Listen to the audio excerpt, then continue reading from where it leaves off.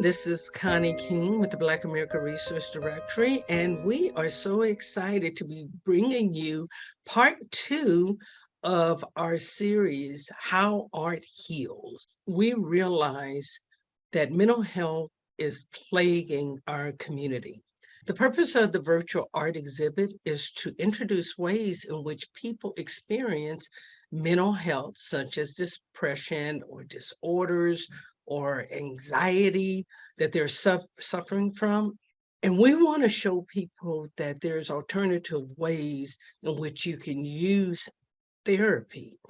It can be in the form of art, it can be in the form of drama, it can be in the form of music, because we realize that one size does not fit all. And I just wanted to give you a little bio about Dr. Lusk. Dr. Lusk is a native California. She has a 26-year-old twin boy and girl.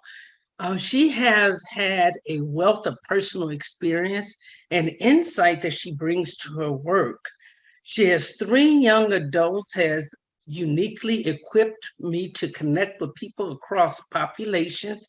She said, I have a vast experience working with a wide variety of populations and therapeutic techniques. And as I indicated before we started this project, we did not even realize that an art therapist even existed.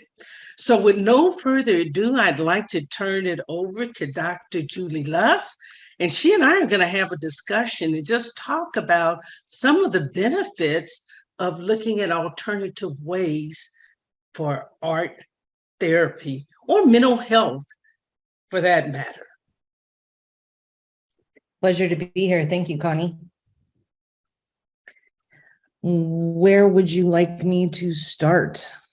Well, I want you to start with the impact and what is the benefit from people looking at, especially the area of art as a form of therapy. What are some of those benefits that if a traditional person that I think about, that I'm laying on the couch and I'm having a conversation with my therapist, that may not work for me or many other Americans. So what would be some of the benefits of someone approaching a therapy from an art perspective?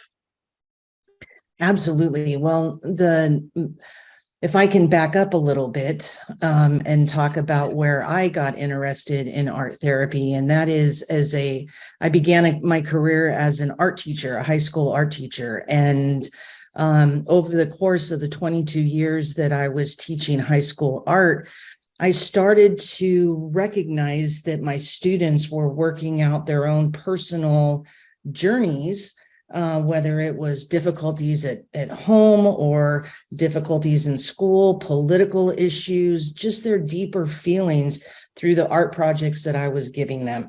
And that then kind of,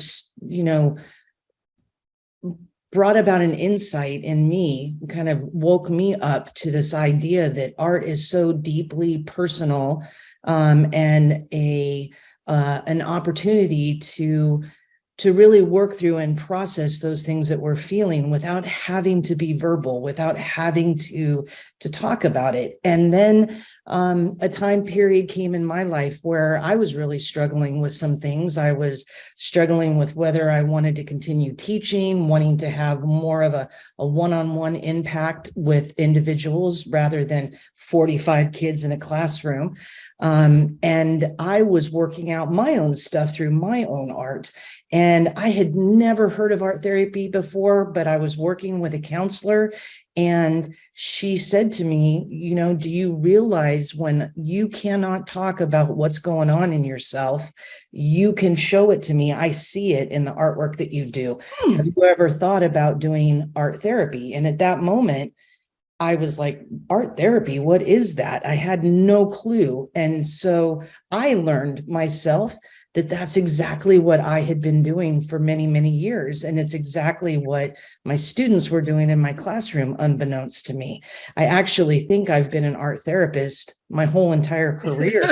And I didn't even know it, So went back to school to become an art therapist, and really then learned the background and the ins and outs of it. But for me, what I have noticed is there are not a lot of us. Therapy is not comfortable. It's not comfortable to walk in, sit on a couch across from somebody you don't know, and spill your guts.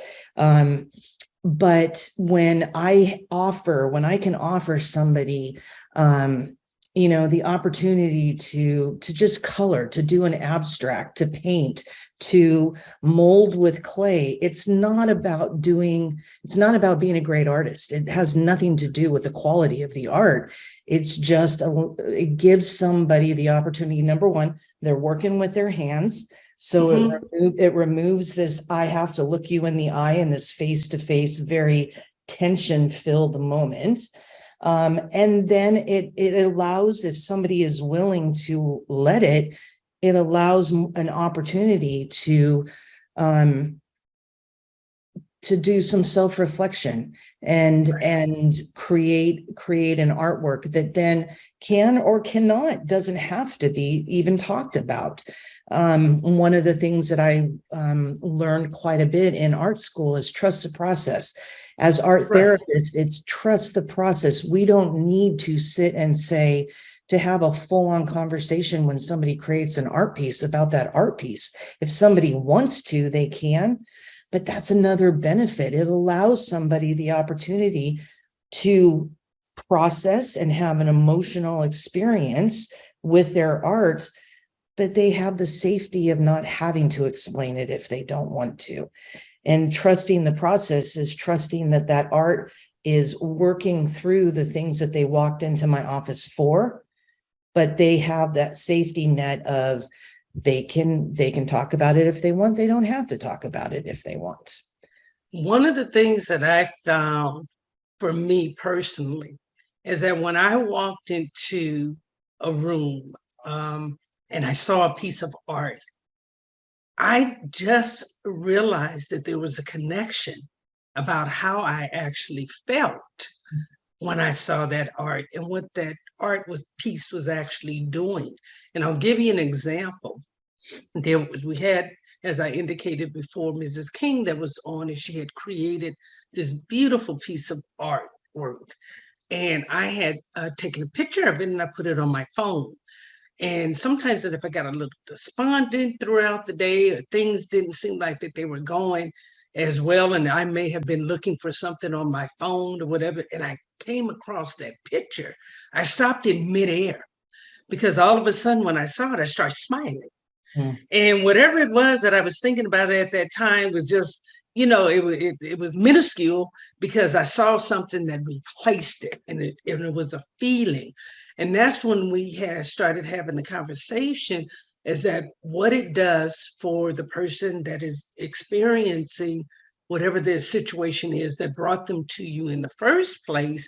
And then on the other side, the person that may look at their art, just like in your case, when they looked at your art and it was like, wow, you created this out of that. So it can have a twofold effect on individuals who are trying to look at certain things in a totally different light. One of the things that we focused on when we did our informal survey was the number of people, especially African American, who we had surveyed, and the reason why they were not pursuing more professional help, but they felt that they needed it in their lives, was the stigma that they didn't want anyone to think that they were crazy.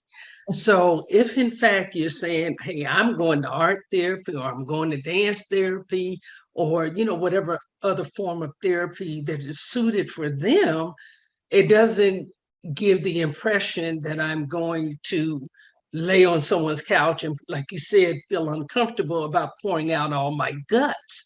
And we realized that some of these, and one of the things in the research that I found out is that some therapies are court ordered. That an individual who has gone through the court system may be required, to participate. Now, does the work that you and your organizations or individuals that are in or part of the art therapy, are they also kind of in that loop where they are receiving, individuals who may have had court orders, or do it just come from all over? Absolutely, comes from all over. When we as therapists go to school to become therapists here in California, we are going to school to become a marriage and family therapist or a licensed clinical social worker or clinical counselor. The art therapy is an addition. It would be almost like adding a minor, let's say. So Okay. an additional focus, and that's exactly what it becomes in the room. It's an extra added tool. So we all see, and because of that, we are all trained to work with every population. We may have a population that we kind of have more towards our heart. I, as a high school teacher, I really enjoy working with teens and young adults. But I have had multiple, over the course of my 10 years as a therapist, multiple situations where I've had people call me that were court ordered. They come into the office, and then art therapy is introduced. The idea that it is, again, an extra tool, and something that I love and have a passion for, introduce them to it. It's there if they want to use it. If I would say probably 50-50 in my clientele use art therapy and want to incorporate it in their work, and some don't. But yes, because of the nature of art is that, since humankind, people have been creating, self-expression, and so it fits in naturally with whatever the issue is, with whatever the particular goals are for therapy. Art therapy can fit right in. Now, can you tell us, we know that one aspect of it is the art phase of it. What are some of the other forms of therapy that follows the path of art therapy that Well, you would say? if I can talk about it, like, let's say there is a large umbrella called the expressive arts, and the expressive arts incorporate multiple individual smaller umbrellas, art therapy being one of those. Okay. But dance, I think you mentioned earlier, dance therapy, music therapy, anything that goes under that creative larger umbrella. There are, art therapy in California is very specific, but there are other states that license under that bigger umbrella of the expressive arts. And so you might go to somebody that has a license. Let's say if you go to a therapist in New York, they might incorporate poetry. They might incorporate playing musical instruments or listening to music. They might incorporate movement and dance. I, as a high school teacher and myself as an artist, my focus is graphic design. And so my counseling center I have a computer lab. And so I use computer technology and graphic design with a lot of my younger clientele who are the digital natives and grew up feeling very comfortable with technology, and they prefer drawing and being on the computer. And so I will do that. Wide variety that goes under that creative arts area. So video editing, graphic design, creative writing. And that's the Center for Art Therapy in Orange County. Is your location is where you're talking about, and we'll have that information, of course, for our audience to go ahead and reach out to you directly. So at the end, we'll tie that up in there and make sure that we are able to reach you as well. So Dr. Luss, if in fact individuals are in schools, you mentioned something about in school. So are you seeing more of now that we've had I don't want to say a wave, but we have an awareness of mental health issues in different communities, how they affect women, how they affect minorities, how they even affected businesses during the COVID and the shutdown, when you had some of the mom and pop companies having to close their doors after 40 and 50 years. We don't think about the mental toll that has taken on people as well. So with the schools have you seen an increase in terms of the number of people that are seeking alternative ways to therapy? Because even before, like I said, doing the research, I had no idea that it had even existed. And we want to make sure that we get the word out, that, hey, art therapy is another form, and then direct our audience to making sure that they can make those type of connections. That's our goal here. Yeah, definitely. We have seen an increase in the phone calls and the people that we are, having contact us. I would say the majority right now that we have seen, and it could very well again be because art therapy really is it's for kids and young adults, again, going back to like the digital natives and people who find it difficult and very uncomfortable to just sit and do the face-to-face talk. But we've had a huge increase of middle school up through 30, 35-year-olds who have really struggled with the lockdown.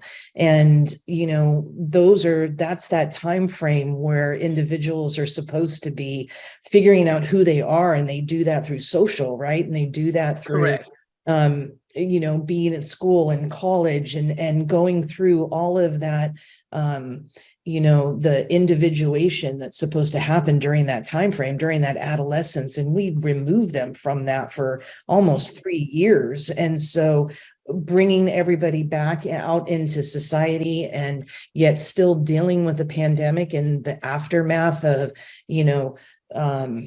schools themselves struggled with online learning, and kids struggled. Any kid that had an issue with attention, it made it even more difficult on the computer. So anxiety across the board, parents who were trying to work while they were taking care of their kids or watching their kids homeschool, anxiety is just really increased. And so we've been seeing a lot of people reaching out for help with that.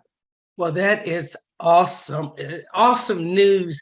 The one thing you did mention earlier, you talked about a coloring book, and I've heard more and more here lately about adult coloring books as forms of therapy, or like if they wanted to like do journals or make vision boards. So those kind of things can also be, if you don't paint, if you can't pick up a brush per se, maybe you can make a collage or something of that nature, like a vision board. Those are some other ways in which people can also utilize just techniques or different tools in which they can kind of help do some of that relaxation. I know at one point I was knitting. I picked up a couple of knitting and made a scarf. I thought it was a scarf. I don't know what it turned out to be, but those are just some of the things that we can talk about in terms of just some basic simple practices that we can do if we may not be able to get to a therapist. We just did a segment and we just talked about coping, just breathe, until you can either find a therapist or locate a therapist, that can meet your needs and that is suitable for your particular situation. Mhm. Yes, and definitely the adult coloring books, they fall into the category, you said it, of a coping skill, and the word that is used quite often these days is mindfulness. And it's just, anything that is getting ourselves into this moment so that, when we are feeling anxiety, we're worrying about something in the future. When we're feeling depression, it's typically backwards facing. It's something that has gone on that we're ruminating on. And so getting ourselves in the moment and really experiencing what's happening right now, grounding ourselves in the here and now, anything that can do that is going to be therapeutically effective. And art does that, because when I am doing a painting, or, if I'm just scribbling on a paper, the emotions that I'm feeling, I am actively in the moment, picking the colors. I'm picking what kind of line I'm going to do. And I'm picking where I'm placing it on the paper. So I have to be actively in the moment. I call them like little mini brain vacations. So they all of those things are wonderful coping mechanisms, coping skills. But art therapy, and I want to be super, clear about it. Art therapy is taking somebody who is trained in both art practice and in the psychological, knowledge, and combining that. So working with an art therapist, yes, doing our own art is self-reflection, and it has been around forever. But working with somebody who is trained to really guide you through and help you and walk through managing the emotions, managing what's going on as you are working through that artwork, is really the added bonus of being able to have somebody that's supporting you as you're going through that process. Well, Dr. Lusk, I know that our audience is going to be so enthralled in viewing this particular episode, because it's many more to come as well as part of the series that we're trying to follow up on. We talked about in the beginning, the first portion of it, the journey that someone had gone through, and their therapist had told them to pick up a camera or pick up a paintbrush. Mhm. And they decided to pick up the paintbrush and didn't realize that obviously that creativity was probably already in them, and they just needed, at that particular moment, that particular situation, extracted it. Now they're making a living. Not to say that that's the case for everyone, or that's even the intended purpose, but just in that particular case, we never know what's kind of like hidden inside of us until maybe we do face a situation in which we need to be able to, move from one platform to another platform. So what I'd like to say is that if you had to leave a parting message for our audience, what would that message be? I say this to my clients, you mentioned earlier that, the stigma of like coming into a therapy room and not wanting anybody to know for fear that people are going to think that you're crazy, right? I think we're all crazy in a certain sense, And I heard somebody once say, your mind's a terrible neighborhood. Don't go there alone.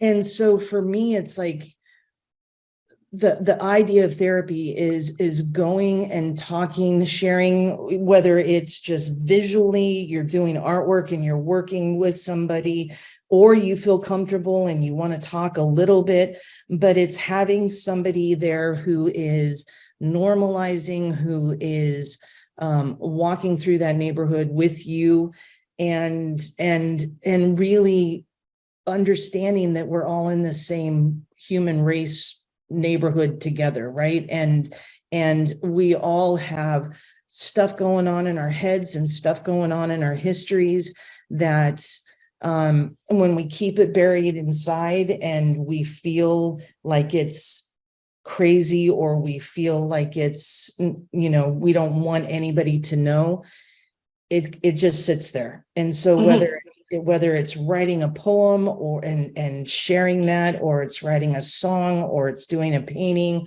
or creating a video, getting it out of this crazy neighborhood and sharing it, or at least talking to somebody or letting somebody see it, brings us back to the humanity of we're all in this boat together, and we all have stuff going on up in here.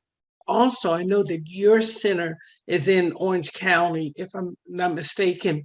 Yes. Are there, or how would individuals get in contact with similar type of centers in their particular area? Say that if they live somewhere else other than Orange County, is there like a central database or somewhere where they can go and they can look for alternative? Our first is to come to the center, okay, where you are. That would be our first, preference. But if in fact the locations will not accommodate, are there websites or places that they can go?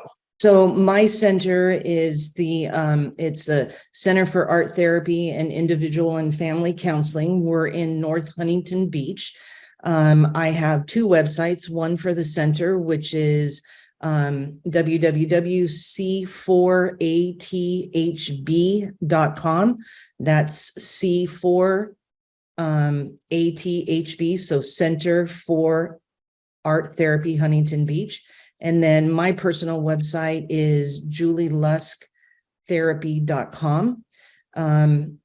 But there are also a lot of resources that you can find just going online. You can type in art therapy near me.